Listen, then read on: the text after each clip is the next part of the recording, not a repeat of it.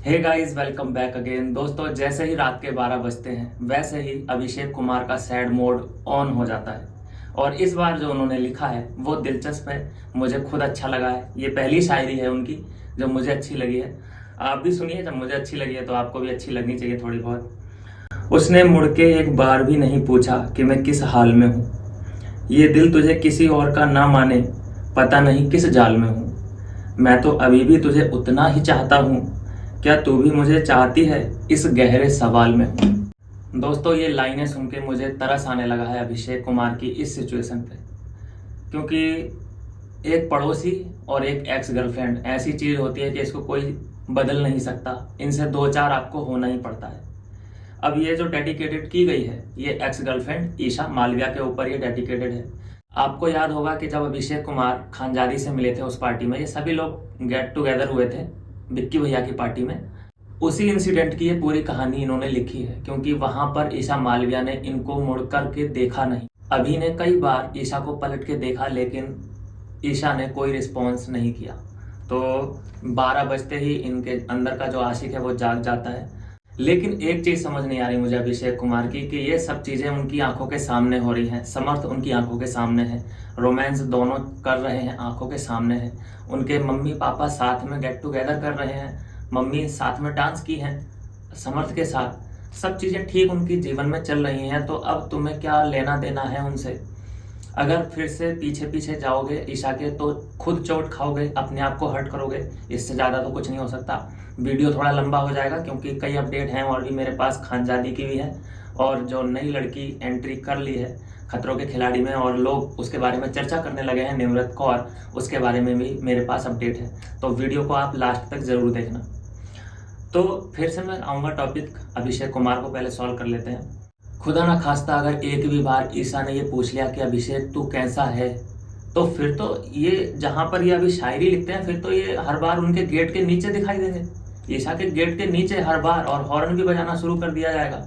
इतना ज्यादा लगाव है, ईशा को भूलना इनके लिए बड़ा इम्पॉसिबल सा होता जा रहा है। क्योंकि दोनों ही इतने एक्टिव हैं सोशल मीडिया पे रील्स आती हैं, गाने लॉन्च हो रहे हैं, पार्टी में साथ में जा रहे हैं, क्योंकि कॉमन पार्टी होती है तो एक साथ इनको जाना पड़ता है।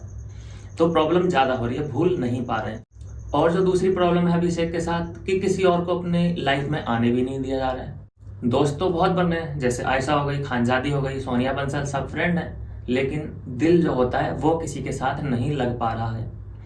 और बात की जाए ईशा की, तो भाई वो तो देखना भी नहीं चाहती, बात तो करना दूर की बात, अभिषेक को देखना भी नहीं चाहती। और उसका क्लियर है स्टैंड कि भाई मेरा जो प्रेजेंट में है समर्थ। लोगों ने कितना मजाक बनाया है समर्थ का, अभी तक मजाक बनता चला आ रहा है समर्थ का, और उससे ये मुझे लगने लगा था कि ये सब चीज़ें हो रही हैं समर्थ के साथ। तो ऐसा भी हो सकता है कि ईशा समर्थ को ड्रॉप कर दे, ब्रेकअप हो जाए। और इन दोनों ने भी बिग बॉस के अंदर ये अनुमान लगाया ही था, मुनव्वर ने और अभिषेक ने। मुनव्वर ने बोला था कि भाई ये कम से कम 6 महीने तक चलेगा रिलेशन, और अभिषेक ने बोला था कि 4 महीने तक चलेगा। तो ऐसा कुछ अभी तक तो हुआ नहीं है, बाकी आगे देखते हैं क्या हो सकता है। तो मेरा तो कहना इतना ही है, कई बार मैं कह चुका हूँ वीडियो में कि ईशा मालविया को भूलने में ही बहुत बड़ी भलाई है अभिषेक कुमार की। ना पैसे की कमी है इस टाइम, ना फैंस की कमी है, ना फैंडम की कमी है, और ना लड़कियों की कमी है। मूव ऑन करो भाई, जिंदगी में आगे बढ़ो, इसी में भलाई है। इसमें तुम्हारी ही नहीं, इसमें ईशा की भी भलाई। अब बात करते हैं दोस्तों खानजादी के बारे में। दोस्तों 4 दिन पहले की बात है दोस्तों, नामाशी ने एक इंटरव्यू दिया था, और उस इंटरव्यू में कई सारे सवालों के जवाब देते हुए वो दिखाई दिए, अपने करियर के बारे में, अपनी फैमिली के बारे में, फैमिली बैकग्राउंड के बारे में। और इस पॉडकास्ट की क्लिप जब इंस्टा पे डाली गई तो खानजादी का रिएक्शन आ गया और उन्होंने लाइक कर दिया। अब 4 दिन पहले का वो इंटरव्यू है, ज़्यादा पुराना भी नहीं है, और उसके बाद वहाँ जो कमेंट्स की बारिश थी वो होनी शुरू हो चुकी थी। तरह तरह के वहाँ पे कमेंट आने लगे कि भाई हमको तो पहले से ही पता था, ये खानजादी तो अपने फैंस को गुमराह कर रही है। इस तरीके के तरह तरह के कमेंट्स वहाँ पर आने लगे।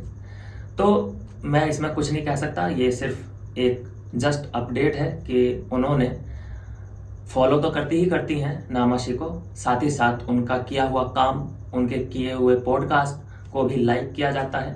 अच्छी बात है, दोस्ती तो हर किसी से रखनी चाहिए। इंडस्ट्री में रहना है, सबके बीच काम करना है, तो एक दूसरे को लाइक करते हुए आगे बढ़ते चलो, और क्या है। अब बात कर लेते हैं दोस्तों मेरे फेवरेट टॉपिक निमृत कौर के बारे में। दोस्तों, जैसी कहानी खानजादी की थी बिग बॉस में, वैसी ही कहानी निमृत कौर की थी। निमृत कौर का सीन ये था दोस्तों कि वो बिग बॉस 16 की कंटेस्टेंट रह चुकी हैं, जिसमें MC स्टैन ने जो ट्रॉफी उठाई थी उस सीजन की मैं बात कर रहा हूँ।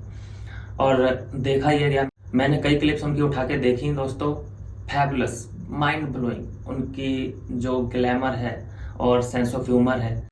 और जब उनकी हिस्ट्री पता करने की कोशिश की तो दोस्तों एक इंटरव्यू सामने आया, और उनकी माँ का इंटरव्यू है वो, और उन्होंने बोला कि मेरी बेटी 1 साल से डिप्रेशन में थी। जिस तरह से चारपाई पे पड़ी थी अपनी खानजादी, और वो उठी वहां से, अपने बलबूते चलना शुरू किया, घूमना शुरू किया, उसी तरीके से बेड पे निमृत कौर पड़ी थी।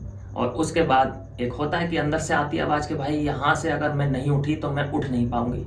तो हर किसी के अंदर एक जज्बा होता है कि मैं इतनी बुरी मौत तो नहीं मानूंगी, कुछ ना कुछ तो मुझे करना ही पड़ेगा, अपना कुछ अलग।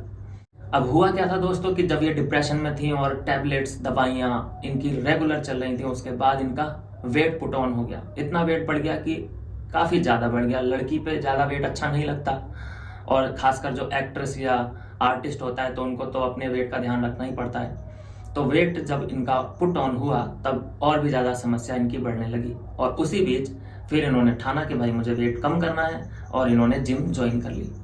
अच्छी बात ये रही कि धीरे धीरे धीरे डिप्रेशन से निकल के बाहर आई, और 6 महीने के अंदर ही अंदर इनको बिग बॉस से ऑफर आया। और बिग बॉस में एंटर करने के बाद जैसा होता है कि लड़ाइयाँ करनी पड़ती हैं, चुगलखोरियाँ करनी पड़ती हैं, तो उस बीच इनका जो सच था ये वाला कि मैं डिप्रेशन में थी, दवाइयाँ मेरी चल रही हैं, तो वहाँ पर भी ये दवाइयाँ खा रही थी बिग बॉस के अंदर। और सभी लोग इनका ध्यान भी रख रहे थे, निमृत का। सभी लोग ने इस बात का केयरफुली ध्यान रखा कि भाई लड़की तकलीफ में है तो इसको परेशान नहीं करना है। लेकिन बिग बॉस में क्या होता है कि सब मजबूर होते हैं, अपने लिए लड़ना पड़ता ही है आखिर में। वहाँ पर कोई किसी की दवाई या कोई किसी की हेल्थ केयर के लिए नहीं बैठा होता। तो आखिर में ये है उनकी कहानी।